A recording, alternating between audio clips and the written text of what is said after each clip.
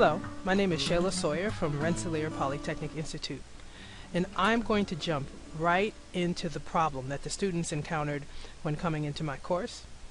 So I took the basis for the movie The Martian and reconfigured the problem set so that electrical engineers need to solve the problems rather than a botanist.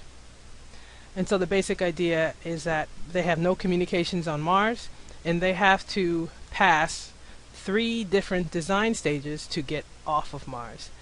And again, they need to use their discovery board and a limited set of tools in their toolkit. And that allows me to align how they are able to solve the problem with concepts in each unit.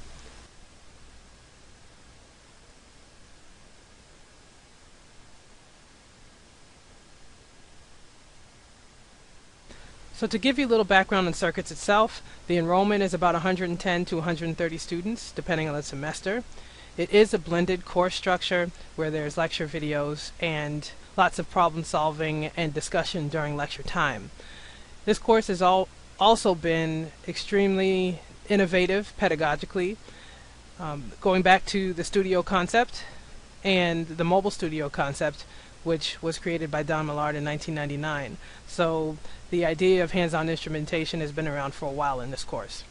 But what's new is the use of the mobile hands-on instrumentation using problem-based design labs. And this past semester, students were given a choice between our traditional, or what I call, alpha labs and the design beta labs.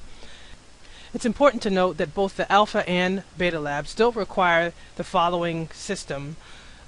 One, you need to have simulation, and that needs to correspond with the analytical methods that you use. So you need to be able to calculate something, check it with simulation, and then check that with your experiment, and have a system model to go with it. So this idea is consistent no matter if you use alpha labs or beta labs. The one thing that is a differentiating factor for beta labs is that it requires autonomy, a significant amount of autonomy and some creativity, quite a bit of creativity. So now that you have the idea of the difference between alpha and beta labs, I'm just going to jump right into the third design stage. This is the garbled message, the very noisy message that they receive.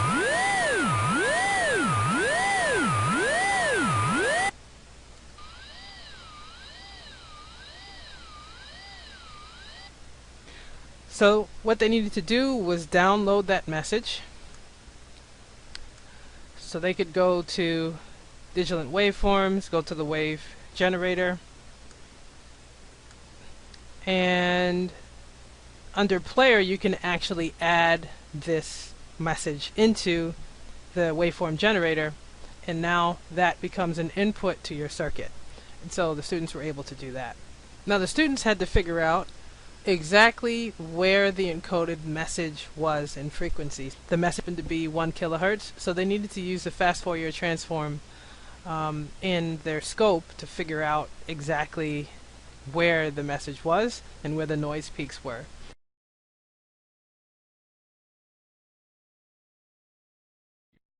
Together, but it's hard. You have to get lucky That is in order for it to incredibly work. clear.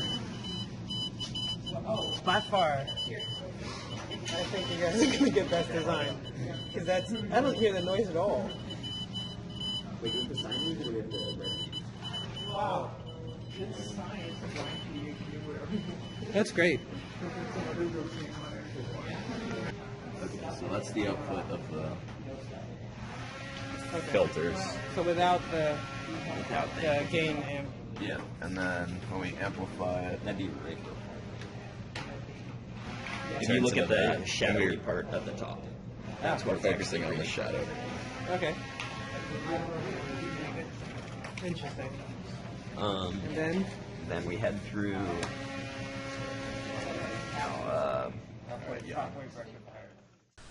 So I just want to show that, as an example, that the students are required to show a comparison between analytical, simulated, and actual experimental results. And so this group has a theoretical Bode plot a simulated Bodhi plot from PSpice, and the output from their analog discovery board using the network analyzer. The Morse code was GMWTC, which was good morning, what's the crack, which is how are you doing. Well, I hope you enjoyed the presentation. There was a lot going on in this semester, and I have to say that it was the most fun that I've had teaching this course. And I think it's very important to note that I saw actual tears of joy and pain after that last design stage. The students were really passionate about their designs, and so I look forward to any questions or discussions after this. Thank you for your time.